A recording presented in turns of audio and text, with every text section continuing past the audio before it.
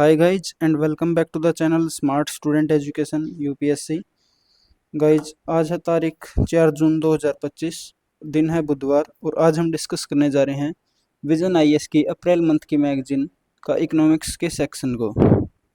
तो सबसे पहले इंडेक्स पेज देखेंगे जो कि है हमारे इकोनॉमिक्स में लगभग आप देखोगे कि 3 से लेकर 4 पार्ट्स टॉपिक दिए गए हैं और फिर हैं सुर्खियाँ जो कि छोटी छोटी होती हैं।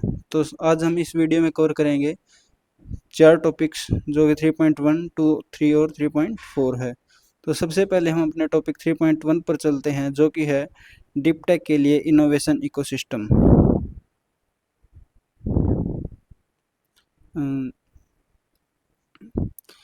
देखो, डीप टेक के लिए इनोवेशन इकोसिस्टम तो ये आपकी मैगजीन में पब्लिश किया गया है। ये पब्लिश किया गया तो ये कुछ ना कुछ सुर्खियों में रहा होगा। तो सबसे पहले हम देखेंगे कि ये खबर सुर्खियों में क्यों थी।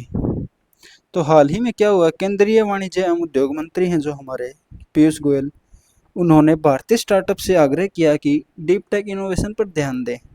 अब उन्होंने आग्रह किया तो हमें सबसे पहले ये जानना होगा कि ये डीप टेक स्टार्टअप्स होते क्या हैं, इनकी भारत में स्थिति क्या है, अगर ये अच्छे हैं या कमज़ोर हैं तो ये भारत में पिछड़ क्यों रहे हैं, मतलब भारत में कमज़ोर क्यों हैं और इसकी समस्या का समाधान क्या है।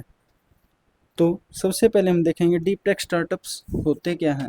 अगर मैं सिंपल भाषा में बात करूं तो डीप टेक स्टार्टअप्स क्या होते हैं।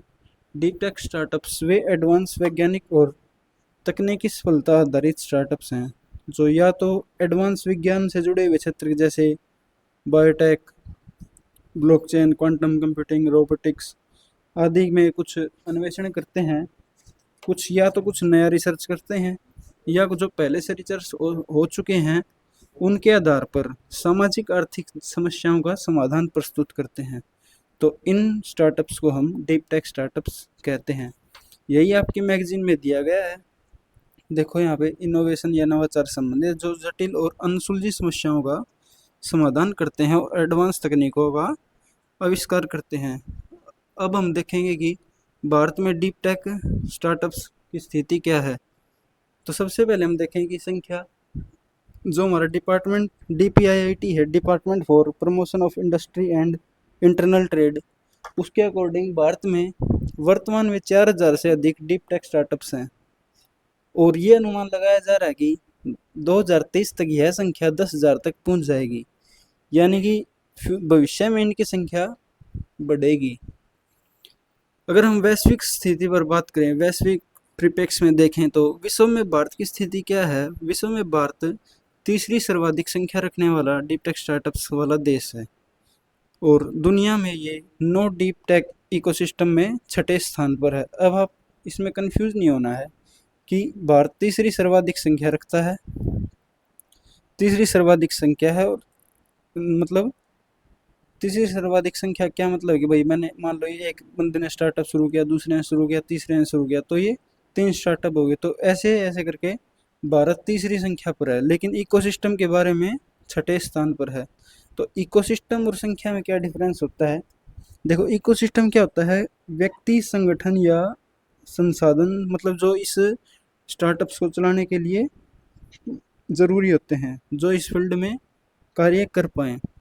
अब मान लो किसी ने स्टार्टअप ओपन तो कर दिया, शुरू तो कर दिया, लेकिन वो चल नहीं पा रहा है, तो वो संख्या में तो काउंट हो गया लेकिन वो सक्सेसफुल नहीं हुआ। लेकिन इकोसिस्टम क्या है, उस स्टार्टअप को चलाने के लिए पर्याप्त मात्रा में व्यक्ति हैं, संगठन है, कोई संगठन है जो इसको चलाए और इसके लिए पर्याप्त संसाधन है, तो इसे हम इकोसिस्टम कहते हैं। तो इकोसिस्टम के मामले में भारत 6ठे स्थान पर है और संख्या के मामले में भारत तीसरे स्थान पर है।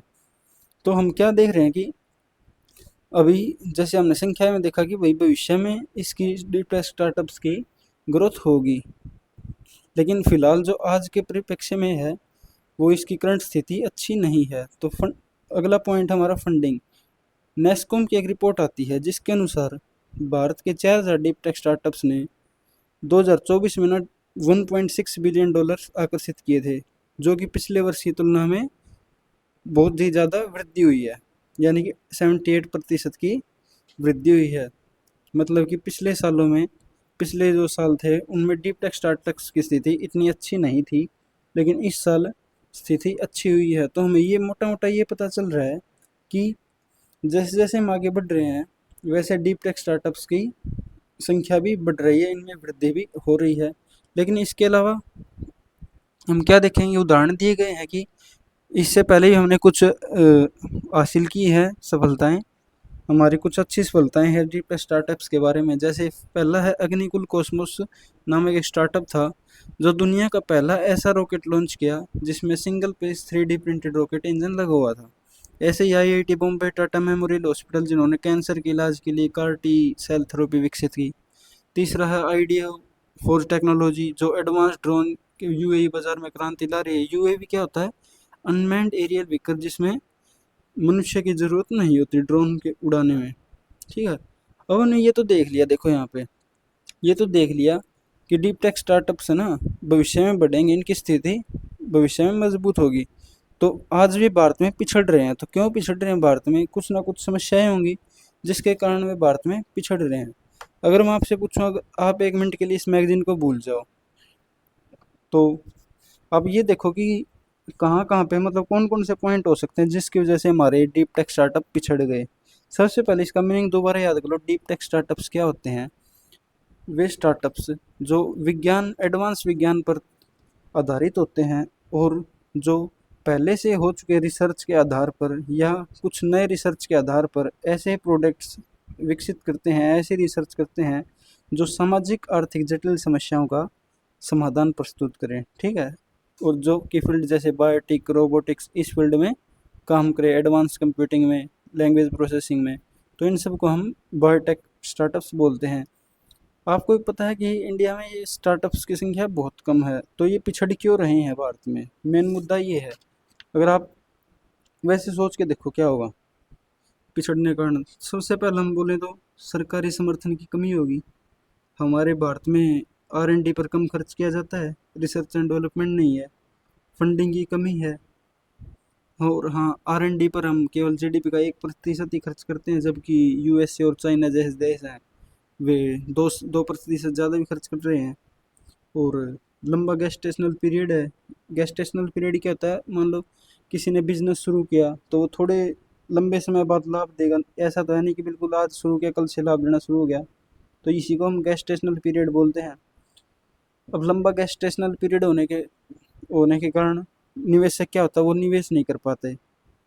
अब जो निवेशक निवेश कर रहा है बिजनेस में, वो क्या सोचेगा कि मेरे को जल्दी से जल्दी रिटर्न मिले। अब जल्दी उसको रिटर्न मिल नहीं रहा तो वो क्यों निवेश करेगा? तो ये भी एक कमी है।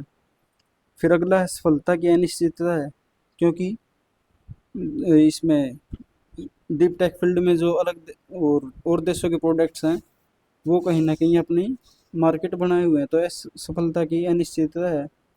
और दूसरा अच्छे लोगों का मतलब अच्छे लोगों की कमी, स्किल लेबर की कमी है हमारे देश में, क्योंकि जो स्किलफुल लेबर होती है वो बाहर से प्लान कर जाती है, क्योंकि इंफ्रास्ट्रक्चर बेहतर नहीं है भारत में। ये मोटे मोटे पॉइंट थे। अब हम देखें हमारी मैगजीन में, देखो संस्थाओं से समर्थन प्राप्ति में कमी। तो सीधी बात है, सरकारी समर्थन नहीं मिल रहा है हमारे स्टार्टअप्स को। केवल 6 अनुसंधान ऐसे हैं जिनको केवल सहायता प्रदान हुई है। फिर लगातार फंडिंग की कमी है। 2023 में फंडिंग में गिरावट आई थी, 2024 में वृद्धि हुई है। इसके अलावा हम देखें वेंचर कैपिटल फंड मतलब जो निवेशक निवेश करते हैं वो त्वरित लाभ की उपेक्षा रखते हैं। लेकिन जैसे कि आपको बताया गेस्टेशनल पीरियड जाता है, यानी कि कोई बिजनेस हम शुरू करते हैं तो उसमें रिटर्न जल्दी नहीं मिल पाता, और जो एक निवेश करता होता है वो देखता है कि मेरे को जल्दी से जल्दी रिटर्न मिले, तो वो इस कारण निवेश भी नहीं करते। लाभकारी बनने में समय लगता है, क्योंकि लंबा वक्त लगेगा और अधिक पूंजी की भी ज़रूरत होती है। सफलता के बारे में अनिश्चितता है। तो ये कुछ मोटे मोटे पॉइंट्स है जिनके बारे में हम कह सकते हैं कि इसकी वजह से भारत में डीप टेक स्टार्टअप्स पिछड़ रहे हैं। तो ये आपको मैगजीन में पढ़ लेना। अधिक नियमों का बोझ, जैसे हमारे देश में सरकारी नियम इतने सख्त हैं कि कोई मतलब नियम सख्त होने के कारण कोई डीप टेक स्टार्टअप शुरू कर ही नहीं पाता। जैसे एंजल टैक्स का लागू होना, फिर वापस ले लेना, निवेशकों में जोखिम उठाने की सीमित इच्छा होती है। निवेशक जोखिम नहीं उठाना चाहते, वो चाहते नहीं कि मेरा पैसा मतलब चाहता तो कोई नहीं है, लेकिन उनको कहीं ना कहीं डर रहता है कि मेरा पैसा डूब जाएगा। शिक्षा एवं अनुसंधान संबंधी अवरचना, ये सबसे महत्वपूर्ण हमारे विश्वविद्यालय में क्या होता है कि हमारे विश्वविद्यालय में क्या होता है कि जो स्टार्टअप्स के बारे में जानकारी होती है और जो स्टूडेंट्स काम करते हैं अकादमिक और उद्योग जगत में, उनके बीच में लिंक की कमी हो जाती है, क्योंकि हमारे एकेडमिक स्तर पर कुछ और पढ़ाया जाता है और उद्योगों की मांग कुछ और है। तो ये इससे अगला पॉइंट है कि भाई जैसे हमारे भारत में उपभोक्ता आधारित स्टार्टअप्स पर अधिक बल, उपभोक्ता आधारित स्टार्टअप मतलब जैसे फूड डिलीवरी का हो गया, यानी कि कंज्यूमर आधारित, कंज्यूमर बेस्ड स्टार्टअप्स, जैसे food delivery, clothing, quick commerce, movability. क्योंकि ऐसे स्टार्टअप्स को एक तो शुरू करना आसान है, दूसरा इनमें सफलता बहुत जल्दी मिल जाती है। तो इसकी वजह से डीप टेक स्टार्टअप्स को कोई शुरू नहीं करना चाहता और लोग दूसरे स्टार्टअप्स की ओर चले जाते हैं, तो एक कारण ये भी है। तो ये आपको मैगजीन में पढ़ना है। हाँ, आपको ये ध्यान रखना है, देखो अब ये नहीं है कि मैं आपको लाइन टू लाइन पढ़ा दूँ, मैंने इसमें से एक ब्रीफ डिस्कशन दे दिया, आपको पढ़ना आपको ही पड़ेगा। देखो जैसे मैंने पढ़ाया कि भारतीय प्रतिभाएं विदेशों में पलायन कर जाती हैं, जो अच्छे स्किलफुल लेबर होती है इंफ्रास्ट्रक्चर की कमी के कारण विदेशों में चली जाती है, तो इससे हमारे भारत को लाभ नहीं मिल पाता। शैक्षणिक संस्थानों और उद्योग जगत के बीच समन्वय की कमी है, हमारे एकेडमिक स्तर पर कुछ और पढ़ाया जाता है जबकि उद्योगों की मांग कुछ और है। तो ऐसे थे। अब हम देखेंगे भारत में डीप स्टैक इकोसिस्टम के लिए कुछ सरकार ने पहले भी शुरू किया ताकि इनको बढ़ावा मिले। तो अदिति योजना थी जो कि क्रिटिकल और रक्षा प्रौद्योगिकी विकास के लिए अनुदान दिया था। Thematic mission, deep tech fund of fund. Fund of fund क्या होता है, देखो एक होता है मेन फंड, उसके नीचे बहुत सारे फंड होंगे और ये सारे फंड लाभ पहुँचाएंगे, ठीक है। तो deep tech funds of funds दिए थे सरकार ने। राष्ट्रीय डीप टेक स्टार्टअप्स नीति का मसौदा तैयार किया था। अंतर्राष्ट्रीय सहयोग मिला था भारत इससे संयुक्त राज्य अमेरिका के साथ एक आईसीटी करके। अब ये तो हमने देख लिया कि भारत में है ना ये पिछड़ रहे हैं। अब अगर मैं आपको दोबारा रिवीजन कराना चाहूँ तो क्यों पिछड़ रहे, एक तो देखो हमारे R&D का स्तर बहुत कम है, हमारे देश में R&D का स्तर बहुत कम है, वित्तीय सहयोग की कमी है स्टार्टअप्स को, ठीक है। और सरकारी समर्थन, संगठनात्मक स्तर पर भी समर्थन की कमी है। लंबा गेस्टेशनल पीरियड है। गेस्टेशनल पीरियड मैं आपको दोबारा बता दूं, अगर कोई बिजनेस शुरू करता है बंदा, तो वो बिजनेस ये नहीं कि एकदम लाभ देना शुरू कर दे, उसको थोड़ा समय लगता है, परिपक्वता अवधि लगती है, उसी को हम गेस्टेशनल पीरियड बोलते हैं, जिस समय में वो बिजनेस प्रॉफिट तक पहुंचता है, तो इसी को हम गेस्टेशनल पीरियड कहते हैं, ठीक है। अकादमिक और उद्योग जगत में लिंक की कमी है, अच्छे स्किलफुल लोग पलायन कर जाते हैं, तो ये कुछ कमियां थी, इनको आपको पढ़ लेना है। अब ये समस्याएं तो हमने देख ली, ये समस्याएं हैं, अब इनका समाधान क्या है। समाधान सबसे पहला पॉइंट आपके मैगजीन में दिया गया स्पिन आउट। तो स्पिन आउट देखो, एक ऊपर बॉक्स दिया था, स्पिन आउट की क्या फुल फॉर्म, क्या मीनिंग है। स्पिन आउट वे कंपनियां होती हैं जो विश्वविद्यालय के भीतर एकेडमिक रिसर्च यानी कि अकादमिक अनुसंधान के आधार पर गठित होती हैं और उन्हीं के स्वामित्व वाली होती हैं, यानी कि जो यूनिवर्सिटीज़ होती हैं उनके अंदर एकेडमिक रिसर्च पर ये बेस होती हैं स्पिन आउट कंपनियाँ, और उन्हीं के द्वारा ओन की जाती हैं, यानी कि यूनिवर्सिटीज़ के द्वारा ये संचालित की जाती हैं। तो हमारे इसमें बताया गया है कि आगे इसमें समस्या का समाधान कैसे होगा स्पिन आउट की। तो हमें ज़्यादा से ज़्यादा स्पिन आउट की स्थापना करनी चाहिए विश्वविद्यालयों के स्तर पर, ताकि डीप टेक को बढ़ावा दिया जा सके। दूसरा है अवसंरचनाओं का विकास करना चाहिए, यानी कि इंफ्रास्ट्रक्चर का विकास करना चाहिए, ताकि जो मेन फोकस क्षेत्र, मेन एरियाज होते हैं उन पर फोकस किया जा सके। उसके बाद देखें तो इंफ्रास्ट्रक्चर मतलब डेवलप करना, इसमें एक पॉइंट दिया गया है, ये देखोगे आप, सिमुलेशन टूल्स। सिमुलेशन टूल्स क्या होते हैं, एक इसको हम वर्चुअल मॉडलिंग कह सकते हैं। सिमुलेशन टूल, वर्चुअल मॉडलिंग यानी कि जो रियल लाइफ प्रोसेस को दिखाती है, जिससे हमें पता चलता है कि अगर हम अब जो कर रहे हैं काम, उसका भविष्य में क्या असर होगा, क्या फ़ायदा होगा, क्या प्रभाव होगा। तो इस प्रकार की सहायता से डीप टेक स्टार्टअप्स की मदद की जा सकती है। यानी कि मान लो कोई बंदा डीप टेक स्टार्टअप शुरू करना चाह रहा है, तो सिमुलेशन टूल्स के सहायता से, वर्चुअल मॉडलिंग जो कि एक रियल लाइफ प्रोसेस है, उसकी सहायता से हम ये बता सकते हैं कि भाई इस अगर आप इस काम को शुरू करते हो तो इसके भविष्य में क्या प्रभाव होंगे। तो इसकी सहायता से वो बंदे को हेल्प मिल जाएगी। पहला आपको समझ आएगा, वो स्पिन आउट के स्थापना यानी कि विश्वविद्यालयों के स्तर पर डीप टेक को बढ़ावा देना है, ऐसी कंपनी स्थापित करें कि विश्वविद्यालय स्तर पर ही डीप टेक को बढ़ावा मिल जाए, ठीक है। अगला पॉइंट है निवेश अनुकूल व्यवस्था को बढ़ावा देना। देखो अब जैसे वो ही समस्या थी कि भाई निवेशक निवेश नहीं करना चाह रहे। क्यों नहीं करना चाह रहे? क्योंकि उनको पता है कि ये शायद स्टार्टअप सफल नहीं हो पाए। तो इस पॉइंट में दिया गया है निवेश अनुकूल व्यवस्था को बढ़ावा देना, यानी कि निवेश से जुड़े जो हमारे नियम है उनको सरकार सरल बनाए, यानी कि सब्सिडी दे, ऋण दे। निवेश अनुकूल रूल्स को सरकार सफल बनाए, यानी कि नियंत्रित माहौल में नवाचारियों को अपने प्रोडक्ट को रियल लोगों के साथ टेस्ट करने की अनुमति दे। इसको हम क्या बोलते हैं? Regulatory sandbox. देखो आपके इसमें एक वर्ड दिया है, रेगुलेटरी सैंडबॉक्स। निवेश अनुकूल व्यवस्था को बढ़ावा देना। दोबारा मैं इस पॉइंट को डिस्कस कर रहा हूँ क्योंकि कुछ दिक्कत हो गई थी। निवेश अनुकूल यानी कि निवेश से जुड़े नियमों को ना सरकार को सरल बनाना चाहिए, जिससे कि डीप टेक स्टार्टअप को निवेश से जुड़े नियमों को आसान करके उनको सहायता मिले। अब इसमें बताया गया इसके अलावा भारत को डीप टेक के बारे में निवेशकों को जागरूक करना चाहिए, इसका महत्व बताना चाहिए निवेशकों की, हाँ भाई इसमें निवेश करो ताकि ज़्यादा से ज़्यादा निवेशक इसमें निवेश करें। ऋण गारंटी जैसी सुविधाएं देनी चाहिए। रेगुलेटरी सैंडबॉक्स के माध्यम से निवेशकों की चिंता को दूर करना चाहिए। अब देखो रेगुलेटरी सैंडबॉक्स निवेशकों की चिंता को कैसे दूर करेगा? रेगुलेटरी सैंडबॉक्स क्या होता है? नियंत्रित माहौल में नवाचारी यानी कि जो इनोवेटर्स हैं उनको अपने प्रोडक्ट को रियल लोगों के साथ टेस्ट करने की अनुमति देना। अब मान लो देखो किसी ने प्रोडक्ट बनाया, ठीक है, अब ये तो है नहीं कि उसको पता है कि प्रोडक्ट चल जाएगा। तो वो क्या करेगा? अपने प्रोडक्ट को कुछ लोगों के बीच में ले जाएगा, कुछ लोग मतलब जो रियल लोग होते हैं उनके बीच में ले जाएगा, यानी कि एक डेमो देगा। अब उस डेमो के बाद उसको क्या पता चलेगा कि इस प्रोडक्ट की लिमिटेशन क्या है, इस प्रोडक्ट की स्ट्रेंथ क्या है। तो और ये पता चलेगा इस प्रोडक्ट को यूज करने का रियल वे क्या है। ठीक है, तो इसी को हम रेगुलेटरी सैंडबॉक्स कहते हैं। अगर वो प्रोडक्ट डेमो पर सफल हो जाता है तो उसको हम उसको बिजनेस एंटरप्राइजर को यानी कि ओनर को ये हाँ सुनिश्चित हो जाएगा हाँ भाई ये प्रोडक्ट चलेगा। तो ये सुविधा इस प्रकार काम करती है। फिर अगला पॉइंट है अनुसंधान एवं विकास के लिए नीतिगत प्रोत्साहन देना चाहिए।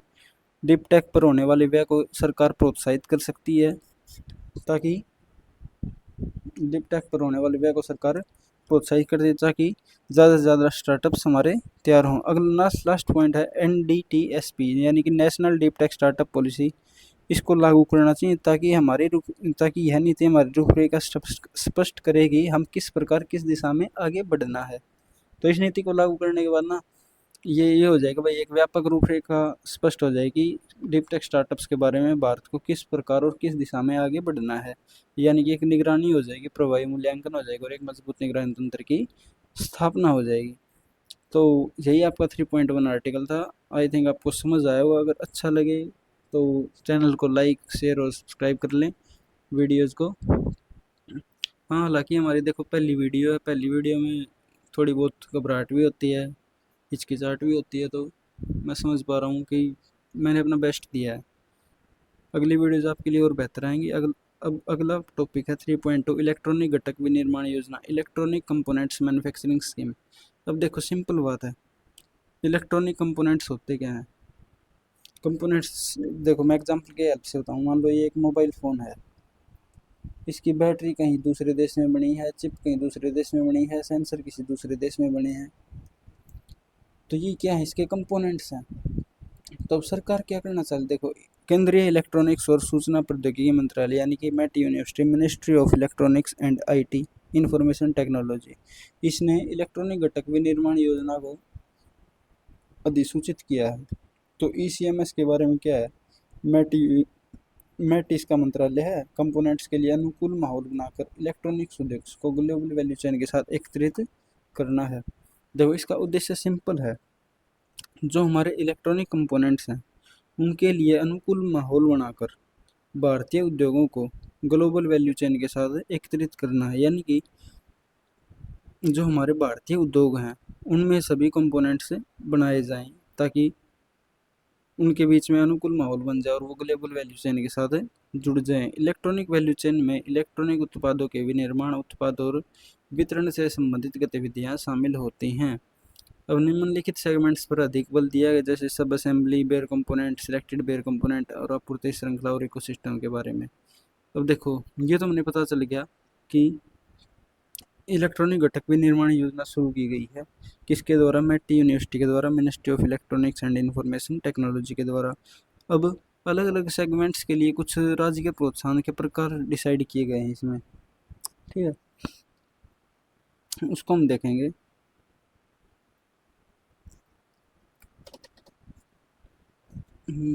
ये रहा, अलग अलग सेगमेंट्स के लिए राज्य के प्रोत्साहन के प्रकार।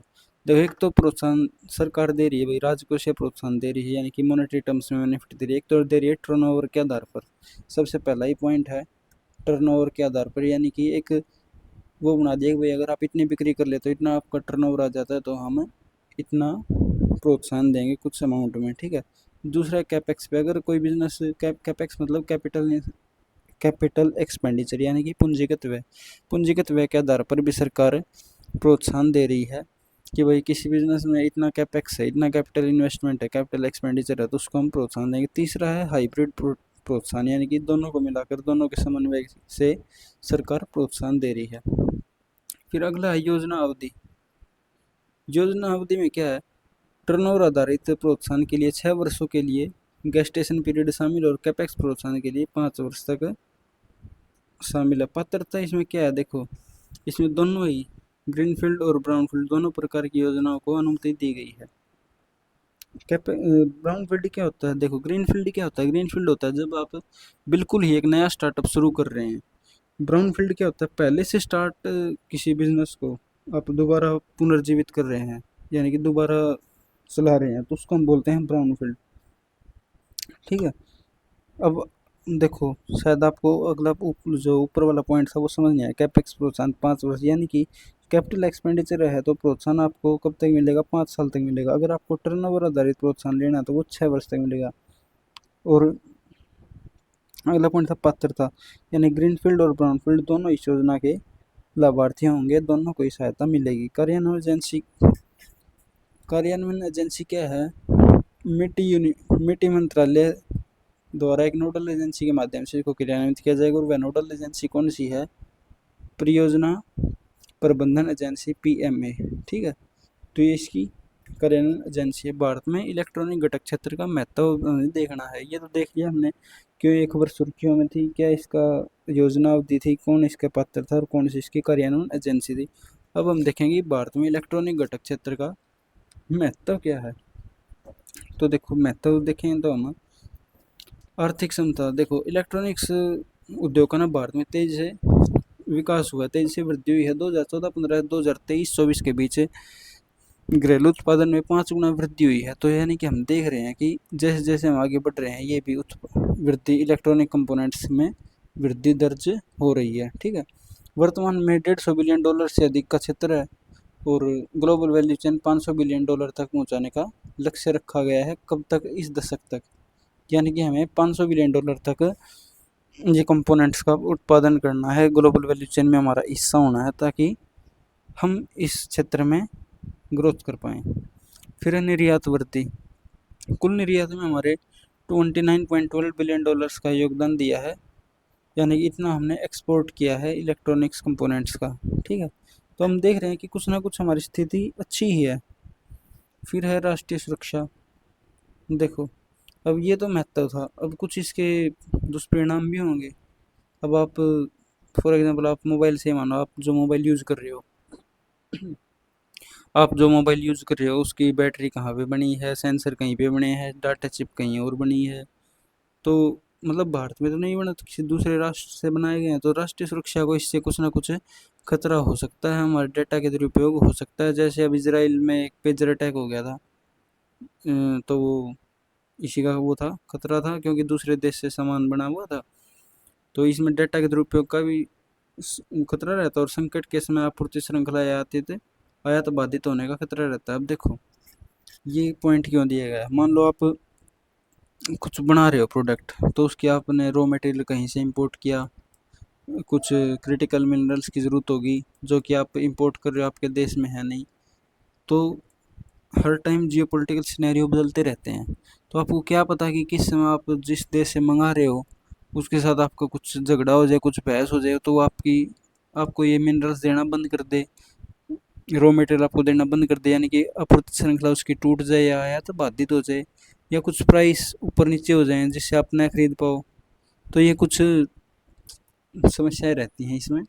फिर है उद्योग में तकनीकी इनोवेशन को बढ़ावा। हाँ, ऊपर वाले पॉइंट में यही था कि देखो राष्ट्र के बीच में अगर संबंध बिगड़ जाते हैं ना तो सप्लाई बाधित हो सकती है। ठीक है, यही था। फिर है उद्योग में तकनीकी इनोवेशन को बढ़ावा। उदाहरण के लिए 5G। देखो, अगर हम ये इलेक्ट्रॉनिक कंपोनेंट बनाते हैं तो हमारे तकनीकी इनोवेशन को बढ़ावा मिलेगा, यानी कि हमारी टेक्नोलॉजी भी बढ़ेगी। देख रहे हो आप चाइना में कितनी टेक्नोलॉजी है हमारे इंडिया के कंपेरिजन में, तो ये सब इसी का परिणाम है। अब ये नहीं कि भारत में सरकार ने कुछ इसके विकास के लिए काम नहीं किया। हाँ, भारत ने कुछ सरकारी योजनाएं तैयार की हैं, जैसे मेक इन इंडिया, ताकि सारा कुछ माल इंडिया में बने, उत्पादन संबंध PLI scheme, production link incentive, Semicon India, India semiconductor mission को आपको पढ़ लेना है। अब कुछ इसके समक्ष चुनौतियाँ भी हैं। क्यों हमारे भारत में ये क्यों हमारे भारत में ये इलेक्ट्रॉनिक कंपोनेंट्स नहीं बन पा रहे? क्यों कम बन पा रहे हैं? क्योंकि विनिर्माण की उच्च लागत है। एक तो देखो, हम जब किसी से माल मंगाते हैं तो एक तो टैरिफ ज़्यादा है, दूसरा लॉजिस्टिक्स की उच्च लागत है। लॉजिस्टिक यानी कि ट्रांसपोर्टेशन कॉस्ट। लॉजिस्टिक कॉस्ट को हम ऐसे बोल सकते हैं भाई, किसी भी वस्तु को जब हम एक स्थान से दूसरे स्थान पर पहुंचाने के लिए जो लागत लगती है उसको हम लॉजिस्टिक कॉस्ट बोल सकते हैं। ठीक है, तो मान लो हमने कोई प्रोडक्ट मंगाया है, उसको इस एक स्थान से दूसरे स्थान पर ले जा रहे हैं, तो उसमें कॉस्ट लगी, तो उस कॉस्ट को हम कहाँ पे ऐड करेंगे? प्रोडक्ट में ऐड करेंगे, तो उच्च लागत आ जाती है बनाने की। तो ये भी एक चुनौती है।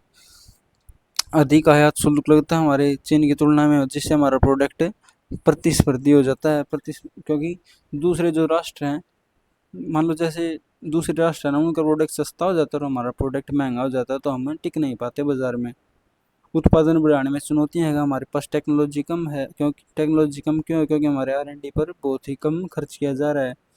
अगला पॉइंट यही आ गया, R&D पर कम खर्च किया जा रहा है और अनुकूल माहौल का अभाव है। देखो, हम R&D पर है ना अपने GDP का केवल 1% से भी कम खर्च करते हैं, वहीं चीन और USA 2.5% से भी अधिक खर्च कर रहे हैं, तो ये भी एक कमज़ोरी है।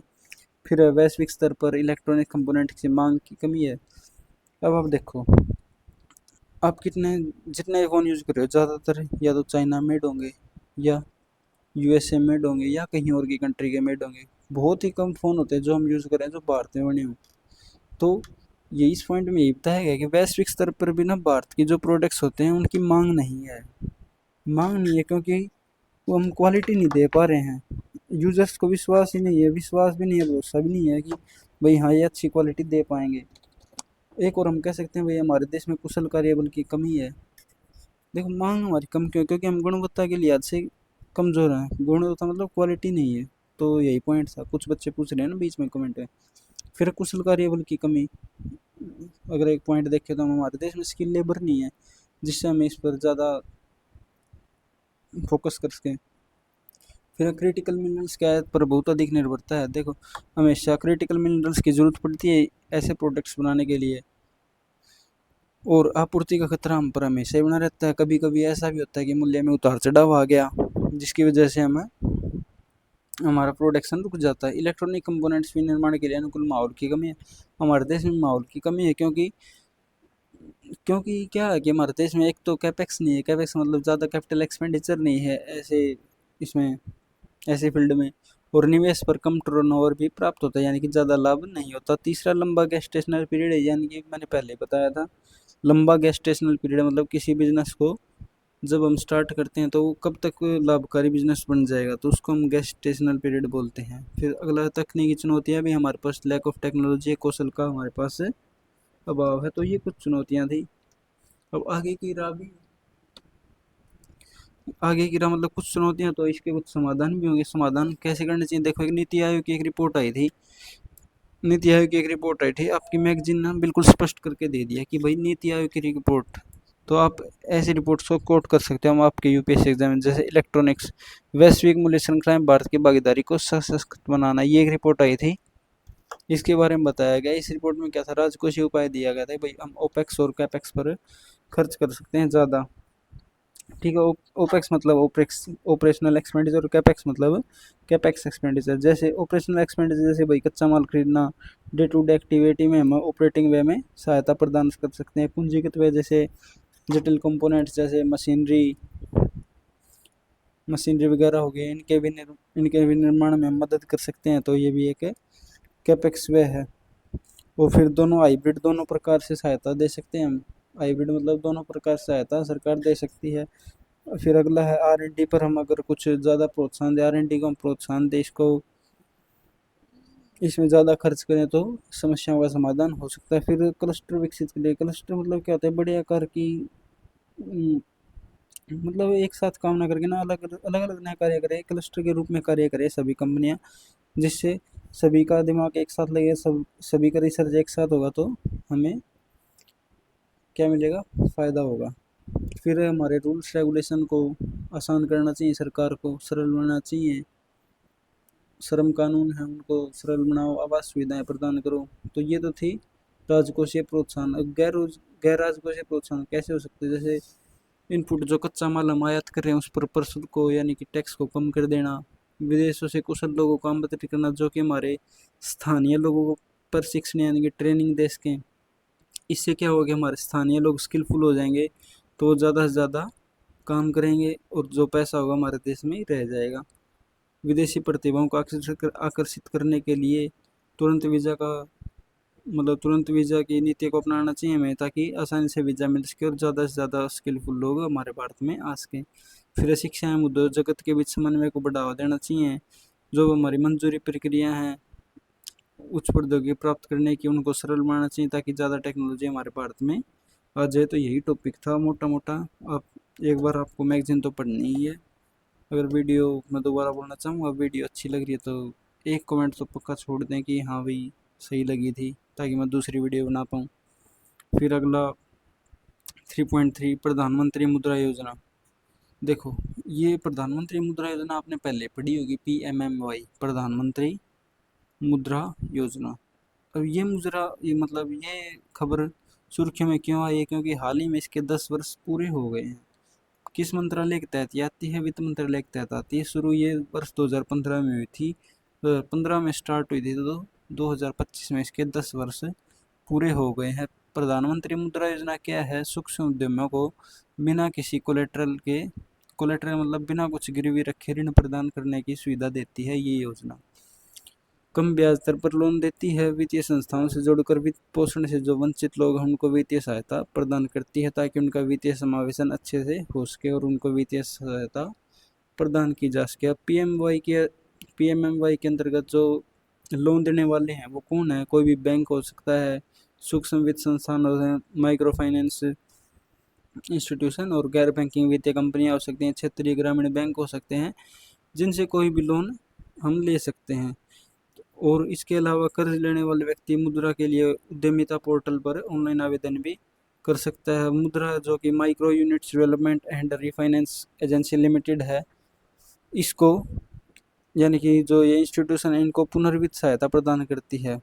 ठीक है, तो मुद्रा एक एजेंसी है जो कि जिसकी फुल फॉर्म है micro units development and refinance agency. ये इनको पुनर्वित्त करती है, यानी कि जो हम लोन दे रहे हैं, जो ये संस्थान लोन दे रहे हैं, इनको दोबारा से ये पैसा दे देती है ताकि ये अपना कार्य कर सकें। तो मुद्रा एक एजेंसी है जो कि प्रत्यक्ष ऋण नहीं देती। प्रत्यक्ष मतलब सीधा जो ऋण लेने गया उसको दे दिया ना, ये संस्थानों को ऋण देती है। ठीक है, और ये गतिविधियों का ऋण गारंटी की सुविधा देती है और समय समय पर इन गतिविधियों का संचालन करती है। अब जो मुद्रा योजना है ना, उसके तहत कुछ श्रेणियाँ बनाई गई हैं। देखो, अब हमें श्रेणियाँ UPSC में ना श्रेणियाँ ध्यान रखनी है हमें। कितनी कैटेगरीज हैं, देखो पहली तो शिशु, यानी कि 50,000 तक का लोन चाहिए तो आपको शिशु कैटेगरी में आओगे। 50,000 से 5 लाख तक का आप लोन ले रहे हो तो आप किशोर कैटेगरी में आओगे। 5 से 10 लाख तक का लोन ले रहे हो तो तरुण कैटेगरी में। और इसके बाद है तरुण प्लस, यानी कि 10 लाख से रुपये से ज़्यादा और 20 लाख रुपये तक का आप ऋण ले रहे हो तो तरुण प्लस कैटेगरी में आओगे। ठीक है, फिर इसके बाद है वित्तीय सहायता के प्रकार। तो देखो, जो हम वित्तीय सहायता दे रहे हैं वो किस प्रकार दे रहे हैं, किस वे में दे रहे हैं हम, या तो टर्म लोन में दे रहे हैं, या ओवरड्राफ्ट फैसिलिटी दे रहे हैं, या कार्यशील पूंजी के रूप में हम सहायता प्रदान कर रहे हैं। तो ऐसे ऐसे कुछ करके हम सभी मतलब मुद्रा योजना के तहत लोन प्रोवाइड कर रहे हैं। तो मुद्रा योजना की कुछ मुख्य विशेषताएं हैं। एक तो देखो मैंने बताया कोलेटरल फ्री ऋण मिल रहा है आपको, यानी कुछ भी गिरवी रखने की जरूरत नहीं है, कोई भी चीज़ गिरवी रखने की जरूरत नहीं, आप सीधा जा सकते हो और लोन ले सकते हो। और जो इसमें आपने लोन लिया इसकी ऋण की गारंटी कौन दे रहा है? CGFMU credit guarantee fund for micro units, इस ये गारंटी देता है। और ये एक ट्रस्ट फंड है जिसका प्रबंधन कौन करता है? NCGTC, national credit guarantee trustee company. अब देखो इन दोनों में कन्फ्यूज नहीं होना, ऋण की गारंटी तो ये दे रहा है CGFMU और इसको प्रबंधन कौन कर रही है? NCGTC, ठीक है। फिर अब ब्याज दरों की बात, ब्याज दर है ना विनियमन मुक्त है, यानी कि जो ऋणदाता संस्थाएं जो इंस्टीट्यूशन है वही ब्याज दरें तय कर सकते हैं। ये लाइन इंपॉर्टेंट हो सकती है यूपीएससी पॉइंट ऑफ व्यू। देखो जैसे यूपीएससी पूछ रहेगा आपसे कि मुद्रा योजना के तहत सरकार ब्याज दरें निर्धारित करती है, क्या ये स्टेटमेंट सही है या गलत है? तो आपको ये स्टेटमेंट देखना है कि गलत है, क्योंकि इसमें जो इंस्टीट्यूशंस होते हैं वही जो लोन देने वाले इंस्टीट्यूशंस हैं वही इसकी ब्याज दरें तय करते हैं, ठीक है।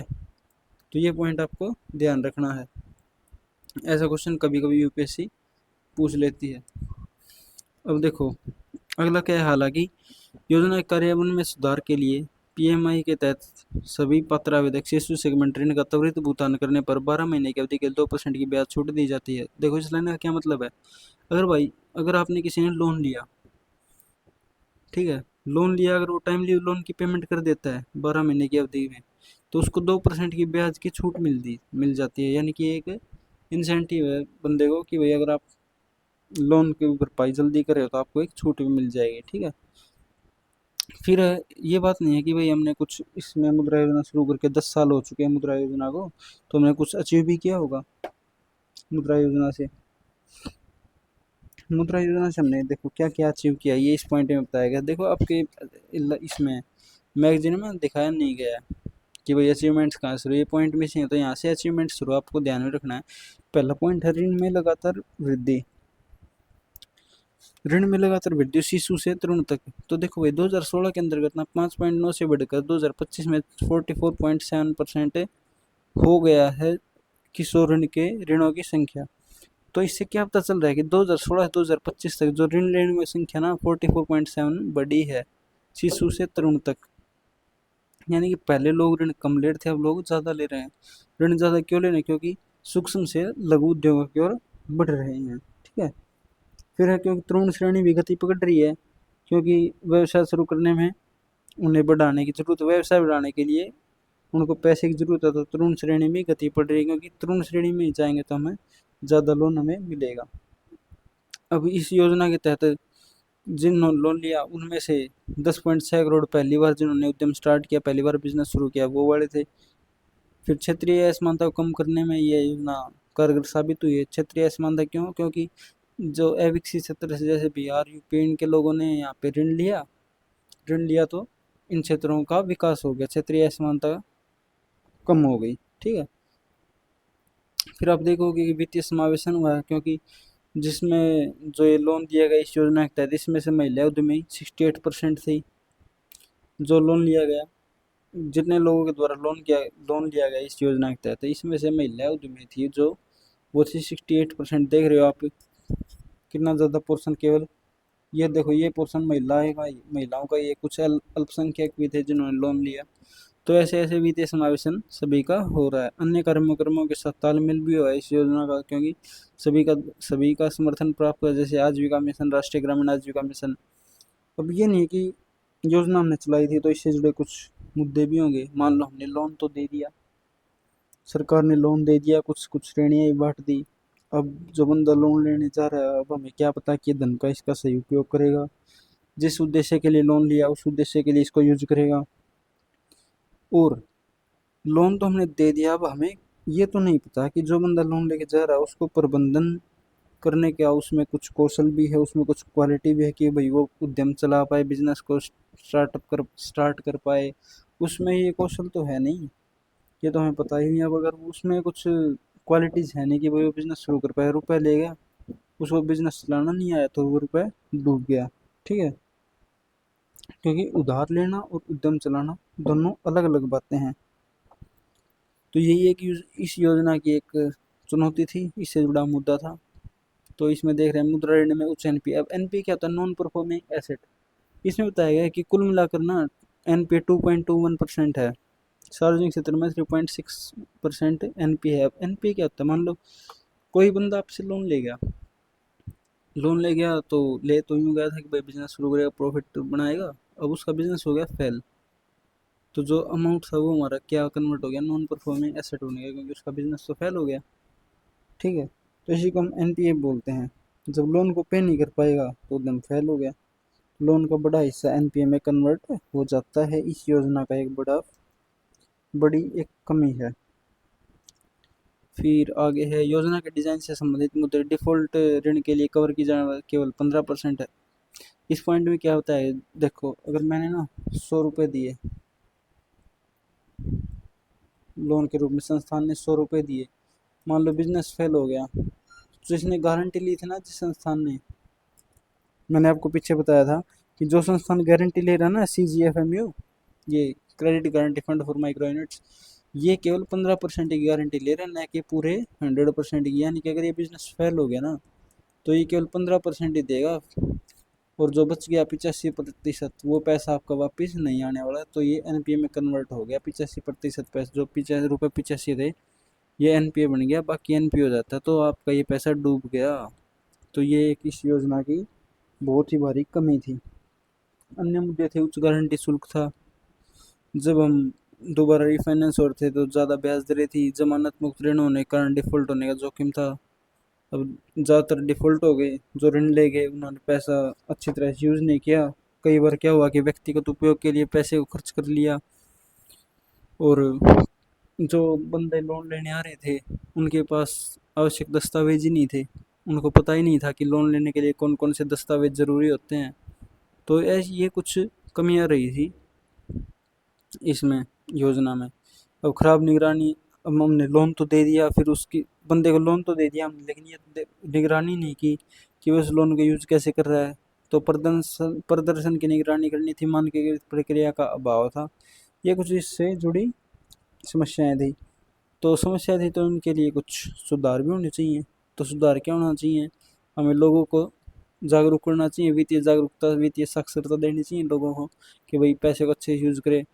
व्यवसाय संचालन के बारे में साक्षरता देनी चाहिए। ECGS यानी कि एनहांस क्रेडिट गारंटी स्कीम, ये चलानी चाहिए, ताकि जो ऋण गारंटी का जो प्रतिशत है उसको बढ़ाया जा सके। यानी कि जो 15% था उसको बढ़ाया जा सके, ताकि ज़्यादा पैसा एनपीए में कन्वर्ट ना हो। महिला उद्यमियों को ऋण सीमा बढ़ाना, हमें ये पहल करनी चाहिए कि जो महिला के नाम पे स्टार्टअप होगा तो उसको ज़्यादा ऋण मिलेगा, कम ब्याज में मिलेगा, छूट ज़्यादा मिलेगी। तो कुछ इससे महिला सशक्तिकरण को भी बढ़ावा मिलेगा।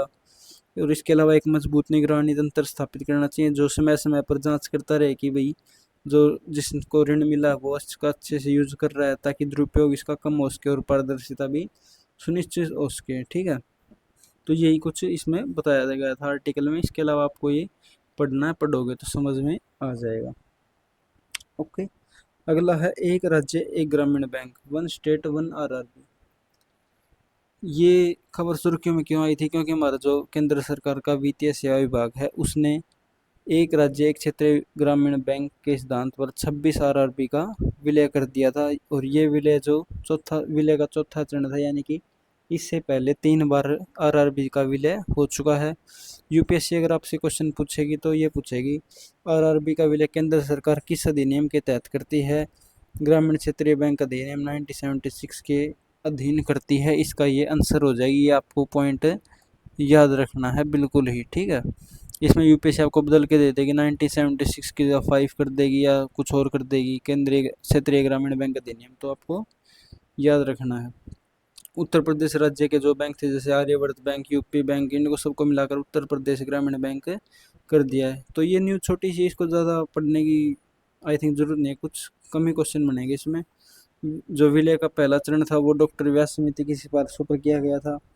तो एक क्वेश्चन तो मेन तो ये है कि भाई आरबीआई का रेगुलेशन कौन करता, आरआरबी का रेगुलेशन कौन करता है? क्षेत्रीय ग्रामीण बैंक अधिनियम 1976 इसका रेगुलेशन करता है। यूपीएससी इसमें से पूछ सकती है। आरआरबी की उत्पत्ति कहाँ से हुई थी? नरसिंहम वर्किंग ग्रुप के आधार पर 2 अक्टूबर 1975 को आरआरबी की स्थापना हुई थी। ठीक है, ये हमें याद रखना, पहले 5 जो आरआरबी थे उनकी स्थापना एक अध्यादेश के द्वारा की गई थी, लेकिन बाद में इस अध्यादेश को प्रतिस्थापित कर दिया गया था इस अधिनियम के तहत। मैं बार बार बोल रहा हूँ, क्षेत्रीय ग्रामीण बैंक अधिनियम 1976, इसके द्वारा इनका रेगुलेशन किया जाता है, ये याद रखना है। आरआरबी में जो स्वामित्व होता है वो केंद्र सरकार का 50% होता है, और जो वाणिज्य बैंक होता है उसका 35%, और जो स्टेट गवर्नमेंट होती है राज्य सरकार उसका 15%। सबसे ज़्यादा केंद्र का, फिर बैंक का, जो वाणिज्य स्पॉन्सर्ड वाणिज्य बैंक होता है, और फिर स्टेट गवर्नमेंट का। सबसे कम स्टेट गवर्नमेंट का और सबसे ज़्यादा इसका केंद्र सरकार का, सेंट्रल गवर्नमेंट का। ठीक है, विनियमन और पर्यवेक्षण कौन करता है? विनियमन तो आपको बता ही दिया कि आरबीआई का बैंकिंग विनियमन अधिनियम 1949 करता है, और पर्यवेक्षण इसका नाबार्ड करती है, national bank for agriculture and rural development. RRB की कुछ मुख्य विशेषताएं हैं, क्योंकि मुख्य आवश्यकताएं क्या हैं कि भाई जो अपना ये आरआरबी में जो लोन देंगे ना, जो धन वितरित करेंगे, उसका 75% हिस्सा वो प्रायोरिटी सेक्टर लैंडिंग को देंगे, पीएसएल को देंगे, ताकि ज़्यादा से ज़्यादा इसमें विलेजेस में काम हो सके, ज़्यादा से ज़्यादा वित्तीय सहायता मिल सके। 9% जोखिम भारतीय अस्थियों की तुलना में सीआरआर बनाए रखना होगा। 9% जोखिम के लिए सीआरआर बनाए रखना जरूरी है। इसकी कुछ आवश्यकताएं हैं आरआरबी की। अब देखो, एक राज्य एक क्षेत्रीय ग्रामीण बैंक का महत्व मतलब देखो क्या है। मान लो भाई हम विलय तो कर रहे हैं, विलय करने के बाद इसका महत्व बताओ कि भाई विलय करने के बाद महत्व क्या होगा। मान लो 4 बैंक थे, हम 4 बैंक का विलय करके एक बैंक बना दिया, तो क्या हो, एक तो क्रियान्वयन इसका सही से हो पाएगा, दूसरा तरलता सही से बढ़ेगी। अब देखो आरबीआई एक तो 4 बैंक को कंट्रोल कर रहा था, अब एक बैंक को कंट्रोल करे तो क्रियान्वयन सही होगा और तरलता इसकी बढ़ेगी। ठीक है, एक आरआरबी संगठित है तो आरबीआई नाबार्ड की लोन का विनियमन करना भी आसान हो जाएगा। तो ये पॉइंट हम कह सकते हैं। ऋण देने की क्षमता में वृद्धि हो जाएगी, चारों बैंक मिलकर आपस में एक साथ हो गए तो ऋण देने की क्षमता में वृद्धि हो जाएगी, नियमों का बेहतर से अनुपालन हो जाएगा, बेहतर तरलता होगी, अधिक पूंजी आएगी। तो ये कुछ पॉइंट्स हैं जिनके द्वारा अगर हम विलय कर देते हैं तो हमें फायदे होंगे। जीडीपी के प्रतिशत में 5.2% तक पहुंचने की उम्मीद है। अभी तक हमारा 4% से भी कम है, भविष्य में ये बढ़ने की उम्मीद है। प्रतिस्पर्धा में वृद्धि होगी। प्रतिस्पर्धा में वृद्धि क्यों होगी भाई? चारों अलग अलग काम कर रहे हैं, इकट्ठा काम कर रहे हैं, तो जो मेन वर्क से उससे हटकर भी हम उत्पादों को बढ़ावें। उत्पाद मतलब जैसे बीमा फैसिलिटीज हम दे सकते हैं, अगर क्योंकि सारे इकट्ठे काम कर रहे हैं तो बीमा फैसिलिटीज वगैरह भी दे पाएंगे, जिससे प्रतिस्पर्धा में वृद्धि होगी। तो ये कुछ पॉइंट्स है। फिर आगे एकीकृत आईटी और तकनीकी अवसंरचना। विलय के बाद की इकाई को अधिक मजबूत बन जाएगी, धोखाधड़ी की बेहतर निगरानी हो पाएगी, बिग डाटा एनालिटिक्स होगा, स्मार्ट निर्णय निर्माण जैसी क्षमताएं भी विकसित हो जाएंगी। साइबर सुरक्षा में सुधार होगा, कोई भी हैकिंग वगैरह मतलब बहुत कम हो जाएंगे। अन्य लाभ क्या हो? काम काज में दक्षता आएगी, एफिशिएंसी होगा, नेटवर्क बढ़ेगा, अनावश्यक प्रक्रियाओं को समाप्त कर दिया जाएगा। ठीक है, कार्मिकों के एक बड़े समूह की उपलब्धता सुनिश्चित होगी, निरीक्षण और परिसंचालन संबंधी गाइडलाइन को बेहतर किया जाएगा एकीकृत करके। तो देखो हमने विलय तो कर दिया, कुछ चुनौतियां तो रहेंगी, ऑपरेशनल चुनौतियां भी रहेंगी, वित्तीय चुनौतियां भी, तकनीकी भी, और हितधारक चुनौतियां भी रहेंगी। लेकिन इन समस्याओं के बियॉन्ड आरआरबी का विलय करना बेहतर विकल्प हो सकता है, क्योंकि देखो क्या क्या पॉइंट होंगे। एक तो उनका आकार बढ़ेगा, दूसरा पूंजी बढ़ेगी, तीसरा तरलता बढ़ेगी, चौथा ज़्यादा उधार दे पाएंगे, पांचवा वित्तीय समावेशन को बढ़ावा मिलेगा। तो हाँ, ये तो है कि भाई कुछ चुनौतियां भी, लेकिन चुनौतियों से बियॉन्ड कुछ अच्छे पॉइंट्स भी हैं, कुछ अच्छी सफलताएं भी, जिनसे आरआरबी का विलय करके हम समस्याओं का समाधान कर सकते हैं। तो आज के इस लेक्चर में हम केवल 4 टॉपिक्स को हमने डिस्कस कर लिया है। अगली वीडियो में हम जो ये न्यूज इन शॉर्ट्स हैं इनको लाएंगे। अगर आपको ये लेक्चर अच्छा लगता है, पसंद आता है, तो वीडियो को लाइक, चैनल को सब्सक्राइब और वीडियो को शेयर करना न भूलें।